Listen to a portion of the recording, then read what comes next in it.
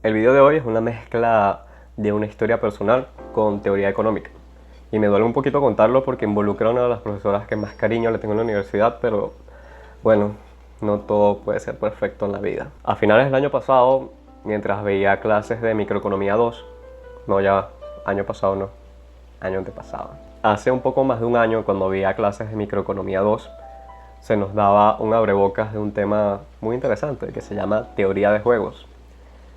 ¿Y qué demonios es teoría de juegos?, te estarás preguntando. Bueno, básicamente es un área de las matemáticas que estudia las interacciones humanas mediante modelos. En español, es una disciplina que plantea lo siguiente: la vida es un juego, o muchos juegos, por ponerlo de alguna forma, y cada uno tiene sus cartas, y las personas tratarán de sacarle el mejor provecho que puedan a sus cartas.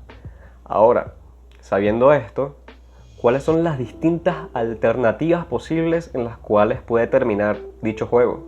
El caso más emblemático en teoría de juegos es el dilema del prisionero. La situación es la siguiente: existen dos personas que cometieron un crimen, pero no existen las pruebas suficientes para inculparlos de dicho crimen, por lo cual la policía decide interrogarlos por separado para ver si les puede sacar una confesión. Entonces la policía les ofrece el siguiente trato: si uno delata al otro, pues el sapo solamente estará un año en la cárcel, mientras que el otro estará 10 años. Sin embargo, si los dos se quedan callados, solamente pasarán 2 años en la cárcel cada uno.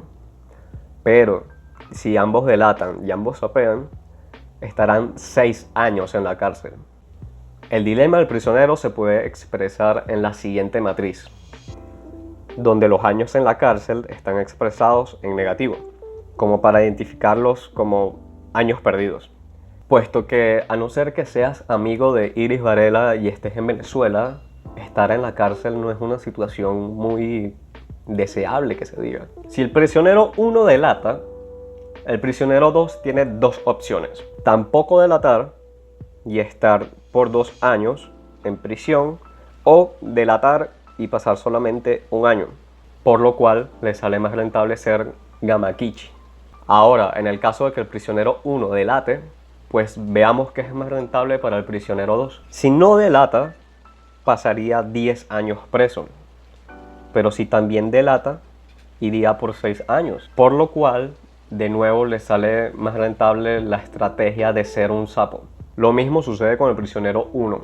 Independientemente de si su compañero lo delate o no, le sale más rentable traicionarlo. Los años de condena pueden variar según el autor, pero en síntesis, este es el dilema del prisionero. Entonces, este es un ejemplo donde los individuos persiguen su interés personal y sin embargo no llegan a la mejor solución posible. De hecho, llegan a la peor solución posible. Como podemos ver, si ambos se quedan callados, pasan 2 años presos y ya. Pero la estrategia óptima de cada uno de ellos es echarse paja. Hay paja, ¿vale, chicos? Hay paja. En vez de 2 años, pasan 6 años. Entonces, esto parece ir en contra del famoso postulado del economista Adam Smith, que en su célebre libro La riqueza de las naciones de 1776, donde dice que en los mercados libres hay una especie de mano invisible que nos lleva a todos a un mayor bienestar. La idea detrás de la mano invisible de Adam Smith dice que la búsqueda legítima del interés propio nos lleva a un mayor bienestar general. Pero eso no parece ser cierto en el ejemplo del dilema del prisionero. Aquí mi profesora decía algo que me sacaba mucho la piedra. Y cito: esto es evidencia de que la metáfora de la mano invisible de Adam Smith no se cumple. Y mis amigos volteaban a verme tipo: a ver, hay varias cosas que están mal con su afirmación. La primera es el mal uso de la palabra evidencia. Esto no es evidencia de nada. Si de verdad fuera evidencia de algo, tendría respaldo en los hechos, en la realidad. Y nosotros no vemos cómo constantemente los presos se delatan. De hecho, sucede todo lo contrario. Y es que hay un sesgo de la mayoría de los economistas, que es vivir en el mundo mágico de los modelos matemáticos y no contrastar la hipótesis y los modelos con la realidad. Es decir, solo aplican la mitad del método científico. Ok. He observado este fenómeno, me he planteado unas preguntas, he formulado una hipótesis y he llegado a unas conclusiones. Premio Nobel de Economía, allá voy. Pero ya va. Te faltó el paso de experimentación y análisis de resultados. O por lo menos investigación para ver si tu hipótesis está en lo correcto o no. No puedes llegar a resultados sin contrastar tu hipótesis con la realidad. Jajaj, niño, es una teoría que es respaldada por los modelos matemáticos. Matemáticas, hijo. No digo que la matemática sea inservible, de hecho todo lo contrario, la matemática es importantísima para casi todas las áreas de la vida. Pero tú la estás manipulando para obtener un tipo de resultado que quieres.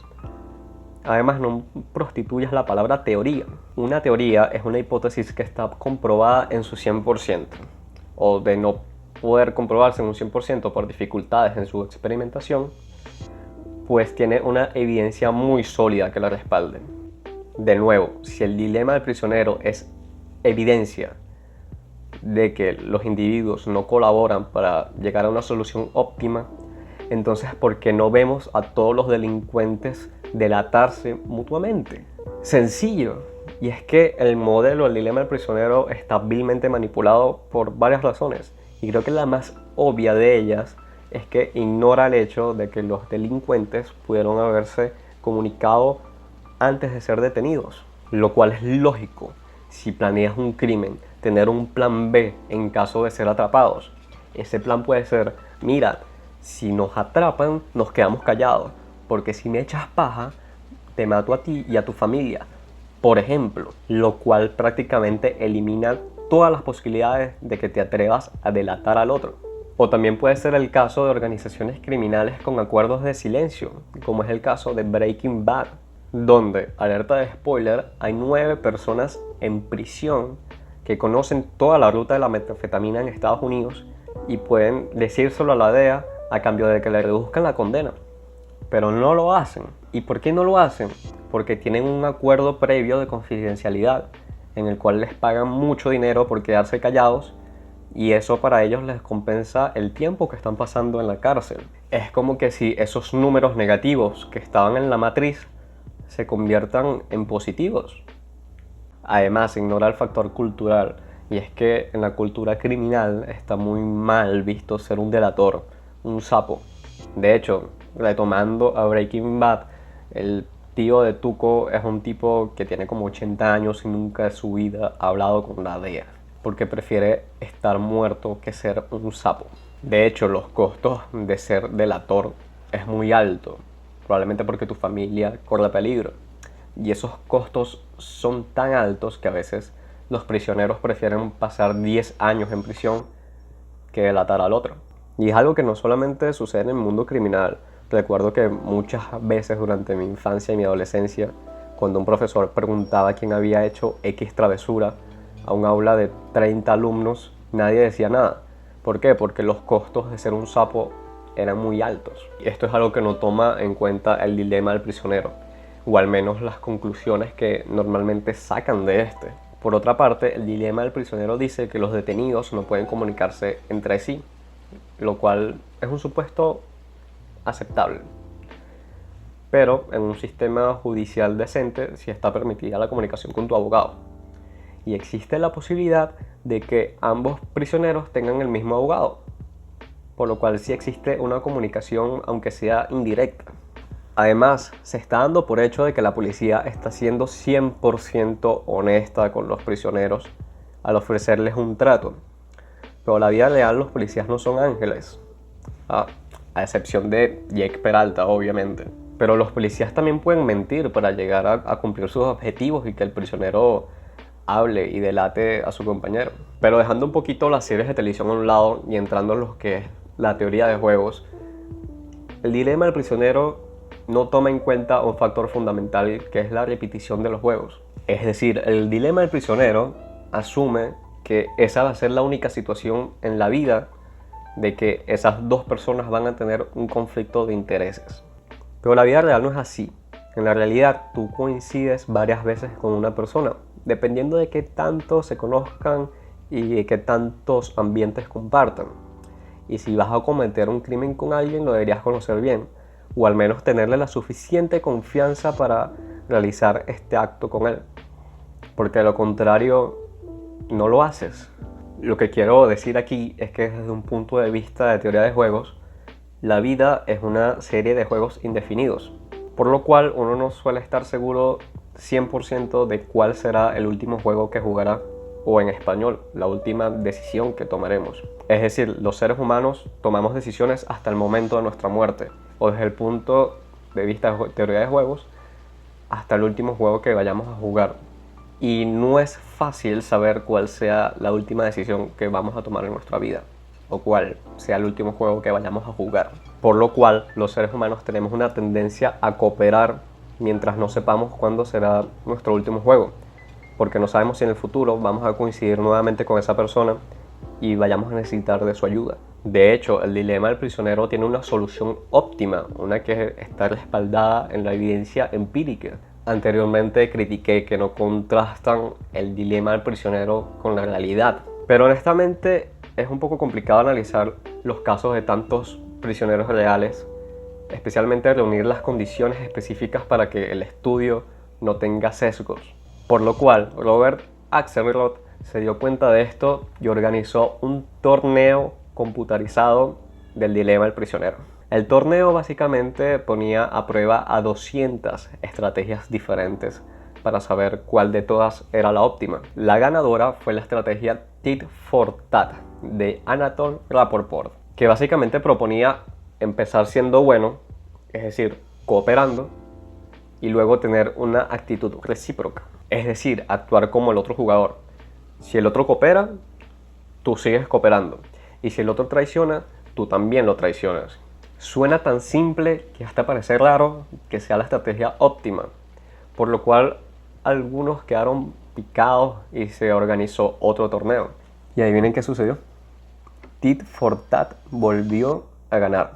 Y me parece mega curioso de que nadie hable de esto en los libros de microeconomía, porque literalmente solo tienes que poner en google.com Tit for Tat o toma y daca en español y te aparece lo siguiente. El toma y daca es una estrategia óptima en teoría de juegos para el dilema del prisionero. Entonces, ¿para qué coño estudiamos las estrategias que no son óptimas? Verga. Los resultados de Axelrod los publicó en un libro llamado La evolución de la cooperación, el cual recomiendo para entender un poco más a profundidad este fenómeno, ya que tiene un capítulo entero dedicado a esto, y si te interesa el tema, puedes leerte todo el libro si quieres. En resumidas cuentas, la estrategia óptima para el dilema del prisionero, y quizás para la vida en sí, es ser bueno, pero sin dejar que los demás abusen de ti. Si llega un cabeza de ñema a querer joderte, le das su merecido. Y cuando te digan que el dilema del prisionero es evidencia de que el libre mercado no funciona y que las personas no cooperan entre sí para optimizar sus resultados, pues le das su merecido también. Le mandas este video y también le mandas la conferencia de Martín Krause llamada Anarcocapitalismo y Teoría de Juegos. Yo quiero mucho a mi profesora porque es una excelente profesora y le tengo mucho cariño, pero recibir clases de este tema fue una tortura. No porque fuera complicado, porque en realidad es fácil, pero me molesta mucho la manipulación de la realidad. Entonces me sacaba las casillas de ese tema. De hecho, recuerdo que en una ocasión la profesora mencionó que habían puesto a computadoras en una situación similar y las computadoras cooperaron. Y yo por dentro estaba tipo, bueno, pero y entonces, a pesar de que en el examen me fue muy bien, detestaba el hecho de poner lo que el profesor, o en este caso la profesora, quería leer y no lo que yo de verdad quería expresar. Y es una constante que he vivido durante mi etapa universitaria, lo cual es una sensación asquerosa. Pero bueno, eso es otro tema. Esto fue todo por el día de hoy. Dale like si te ha gustado el video. Comparte con tus amigos. Comenta si estás de acuerdo conmigo o eres un sapo. No, mentira, que son bienvenidas todas las opiniones. Si quieres, sígueme en redes sociales. Instagram y Twitter son las que más uso con regularidad. Y recuerda, Tit for Tat, hermano. Tit for Tat.